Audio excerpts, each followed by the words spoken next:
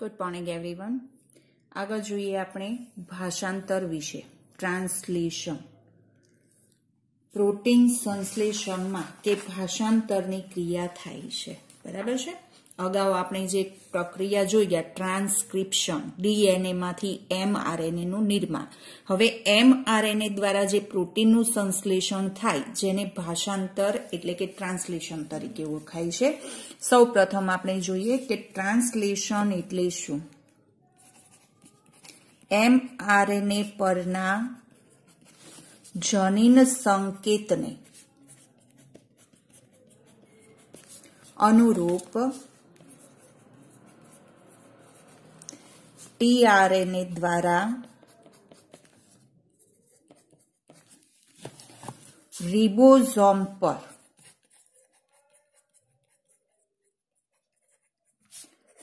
નિશ્ચિત amino acid ગોઠવવાની ક્રિયા જેને ભાષાંતર તરીકે ઓળખાય છે કે એમઆરએનએ પરના જે જનીન સંકેત છે એને અનુરૂપ ટીઆરએનએ દ્વારા કે રિબોઝોમ પર નિશ્ચિત એમિનો એસિડ ગોઠવવાની ક્રિયા જેને ભાષાંતર અથવા તો ટ્રાન્સલેશન તરીકે ઓળખાય છે। એટલે ભાષાંતર જે છે એક એવી પ્રક્રિયા છે કે જેની અંદર અથવા આ પ્રક્રિયા દ્વારા એમિનો એસિડના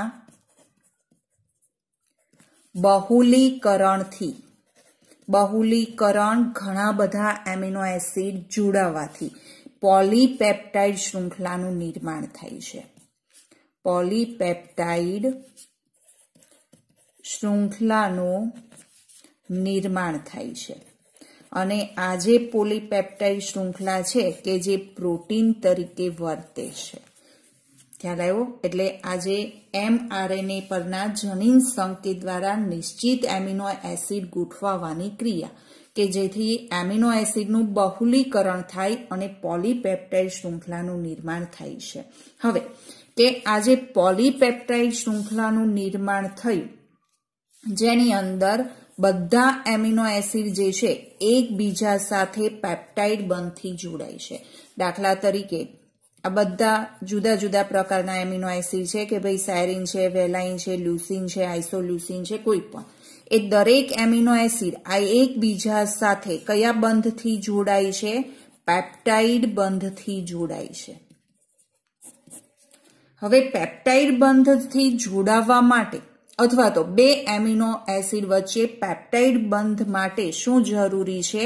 શક્તિની જરૂર પડે છે, એટીપી। શક્તિ પ્રાપ્ત થાય તો બે એમિનો એસિડ પેપ્ટાઇડ બંધ દ્વારા જોડાય છે। એટલે સૌ પ્રથમ કે આ જે એમિનો એસિડ છે એ એમિનો એસિડ કે જે આ શક્તિ પ્રાપ્ત કરી એટલે કે એટીપીની હાજરીમાં સક્રિય બને છે, બરાબર? કે શક્તિની હાજરીમાં તે સક્રિય બને છે અને આ જે સક્રિય બનવાની ક્રિયા કે જેને આ પ્રક્રિયાને ટીઆરએનએ નું આવેશીકરણ તરીકે ઓળખાય છે। આવેશીકરણ અથવા તો ટીઆરએનએ એમિનો એસિલેશન તરીકે ઓળખાય છે। એટીપીની હાજરીમાં ટીઆરએનએ જે છે એટીપીની હાજરીમાં એમિનો એસિડ સક્રિય બનવાની ક્રિયા કે જેને ટીઆરએનએ આવેશીકરણ અથવા તો ટીઆરએનએ એમિનો એસિલેશન તરીકે ઓળખાય છે। હવે અહીંયા ફક્ત શબ્દ આપ્યો છે પણ આખી પ્રક્રિયા કઈ રીતે થાય છે એના વિશે આપણે જોઈએ। દાખલા તરીકે આ એમિનો એસિડ છે, બરાબર? એમિનો એસિડ જે આ એટીપીની હાજરીમાં સક્રિય બને છે અને એટીપીની હાજરીમાં સક્રિય બની કે જે ઉત્સેચક છે એમિનો એસાઇલ ટીઆરએનએ સિન્થેટેઝ પ્રકારનો ઉત્સેચક છે એ ઉત્સેચકની હાજરીમાં કે જે એમિનો એસિડ એડિનાઇલેટ સંકુલ બનાવે છે, એમિનો એસિડ એન્ઝાઇમ સાથે જોડાશે, બરાબર, જેને એમિનો એસિડ એડિનાઇલેટ તરીકે ઓળખાય છે, એડિનાઇલેટ, અથવા તો એમિનો એસિડ ઉત્સેચક સંકુલ તરીકે ઓળખાય છે. આખું કોમ્પ્લેક્સ સંકુલ તૈયાર થયું અને પાયરોફોસ્ફેટ બંધમાંથી શક્તિ છૂટી પડે છે. હવે આજે અહીંયા એમિનો એસિડ એડિનાઇલેટ જે છે કે જે ટીઆરએનએ સાથે જોડાય છે. કોની સાથે જોડાશે? ટીઆરએનએ સાથે. હવે ટીઆરએનએ સાથે જોડાય કે એમિનો એસિડ ટીઆરએનએ સંકુલ તૈયાર થાય છે.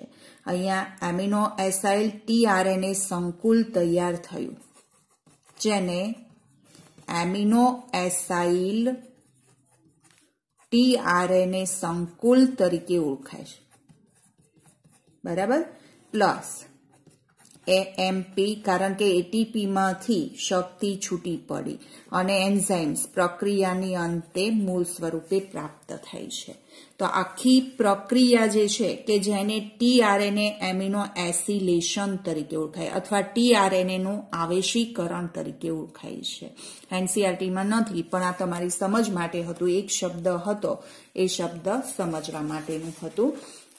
હવે જોઈએ કે આજે આવેશી ટીઆરએનએ જે છે, જે એકબીજાની નજીક આવવાથી ટીઆરએનએ આપણે જોયું આવેશીકરણ થાય છે, એટલે કે સંકુલ બનાવે છે અને આવા બે આવેશી ટીઆરએનએ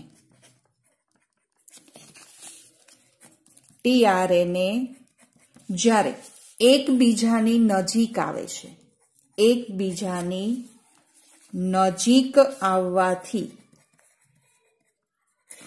તે અણુની વચ્ચે શેનું નિર્માણ થાય છે? પેપ્ટાઇડ બંધનું નિર્માણ થાય છે. ખ્યાલ આવ્યો? દાખલા તરીકે આ એમઆરએનએ છે, જેની ઉપરના જનીન સંકેત છે, અને એ જનીન સંકેતને અનુરૂપ કે આવેશી ટીઆરએનએ જે છે એ એકબીજાની નજીક આવવાથી આ બે આવેશી ટીઆરએનએ જે એકબીજાની નજીક આવ્યા છે, આ જે તે એમિનો એસિડને લઈને આવેલા છે. હવે એકબીજાની નજીક આવવાથી એમની વચ્ચે શેનું નિર્માણ થાય છે? આ પેપ્ટાઇડ બંધનું નિર્માણ થાય છે, બરાબર. હવે કે ઉત્પ્રેરકની હાજરીમાં પેપ્ટાઇડ બંધનો જે દર છે એ ઝડપી થતો હોય છે, કારણ કે ઉત્પ્રેરકની હાજરીમાં થાય છે. પણ કે પ્રોટીન સંશ્લેષણ માટે જવાબદાર જે કોષીય ફેક્ટરી છે, એ કોષીય ફેક્ટરીને કયા નામથી ઓળખાય છે? રિબોઝોમ્સ તરીકે ઓળખાય છે. રિબોઝોમ્સ પર પ્રોટીન સંશ્લેષણની ક્રિયા થતી હોય છે. એટલે પ્રોટીન સંશ્લેષણ માટે જવાબદાર કોષીય ફેક્ટરી કઈ છે? રિબોઝોમ્સ છે.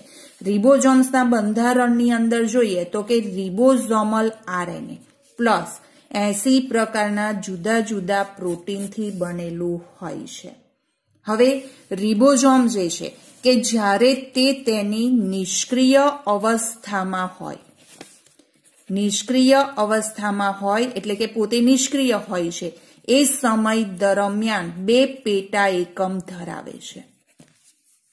કયા બે પેટા એકમ ધરાવે છે એના વિશે આપણે જોઈએ કે રિબોઝોમ્સ જ્યારે નિષ્ક્રિય અવસ્થામાં છે ત્યારે બે પેટા એકમ ધરાવે છે. એક નાનો પેટા એકમ અને એક મોટો પેટા એકમ ધરાવે છે, બરાબર છે. એટલે કે આ રીતે આખી એની રચના રિબોઝોમ્સની જોવા મળતી હોય છે, જેમાં આ જે છે નાનો પેટા એકમ છે, આ મોટો પેટા એકમ છે.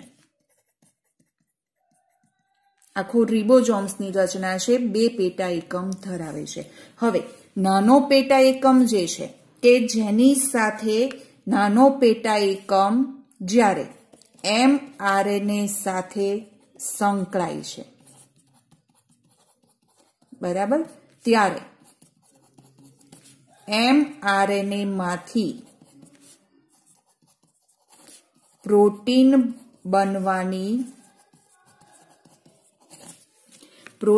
બનવાની કઈ પ્રક્રિયા આવશે? ભાષાંતર પ્રક્રિયાની શરૂઆત થાય છે.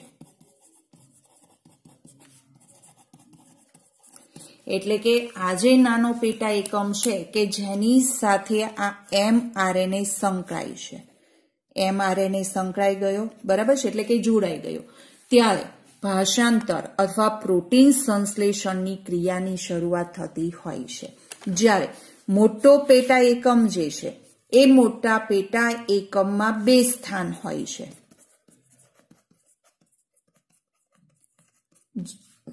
જેનાથી એમિનો એસિડ જોડાઈને નજીક આવી પોલીપેપ્ટાઇડ બંધ બનાવે છે.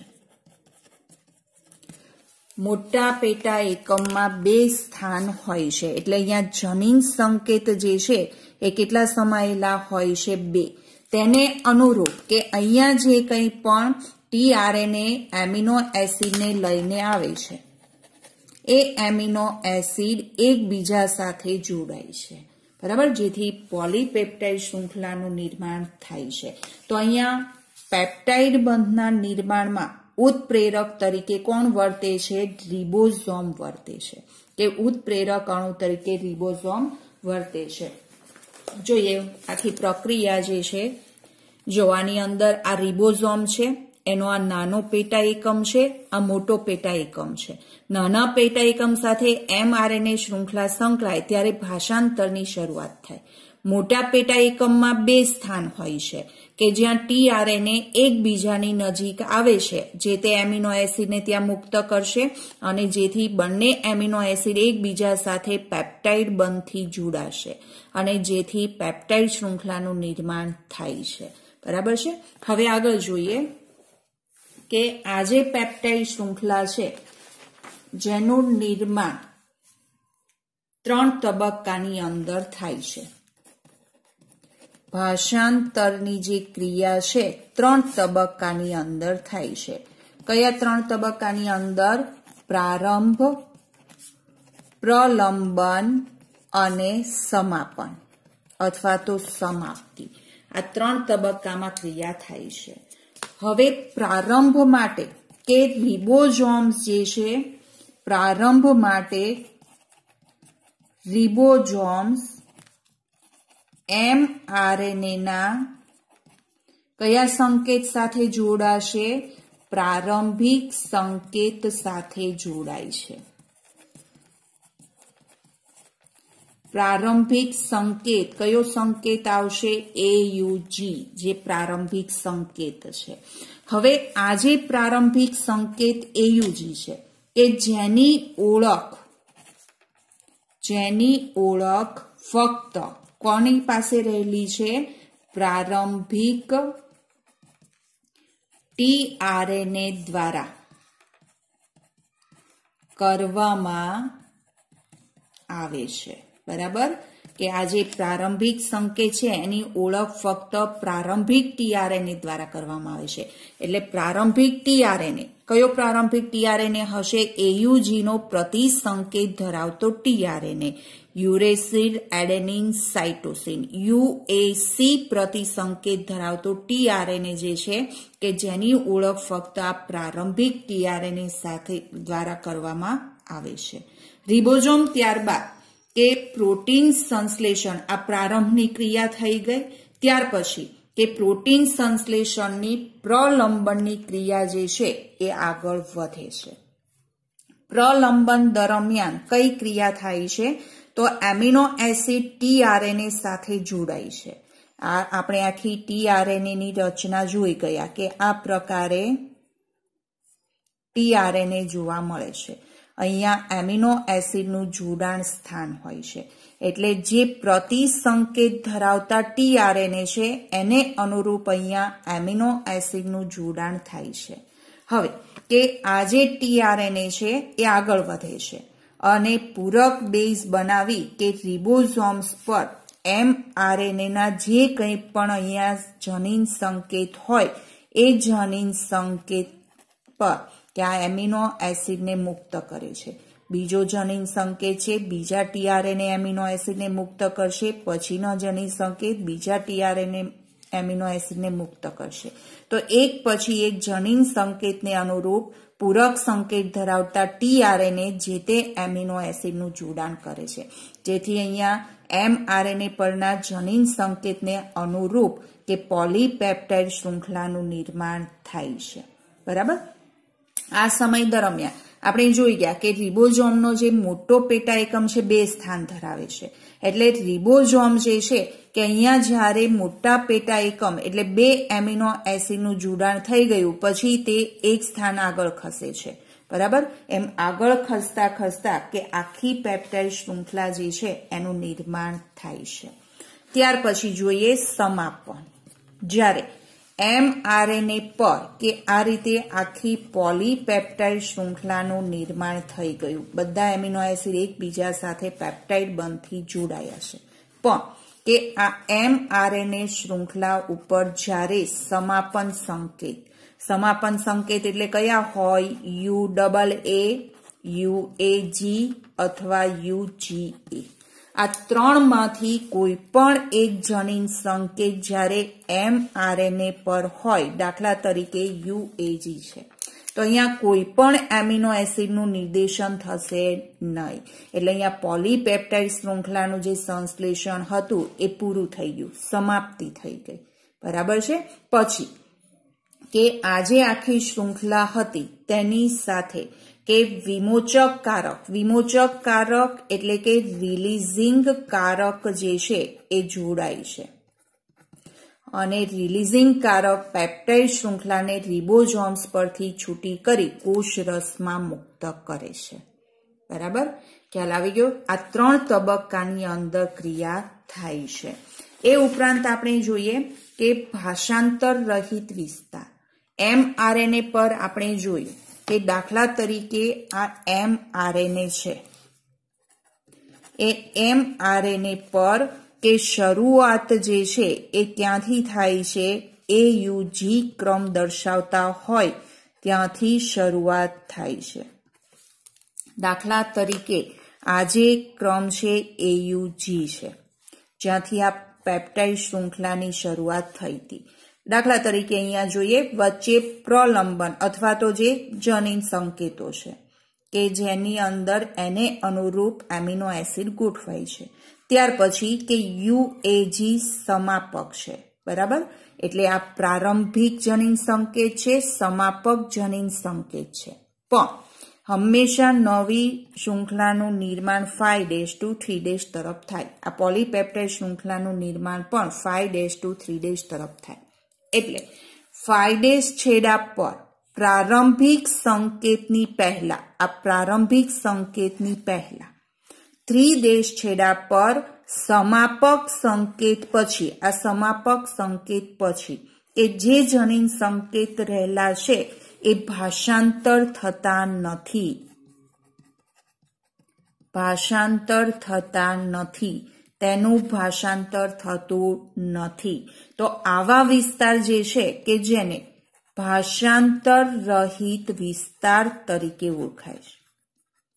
ભાષાંતર રહિત વિસ્તાર જેને UTR તરીકે ઓળખાય છે. UTR અનટ્રાન્સલેટેડ રીઝન તરીકે ઓળખાય છે.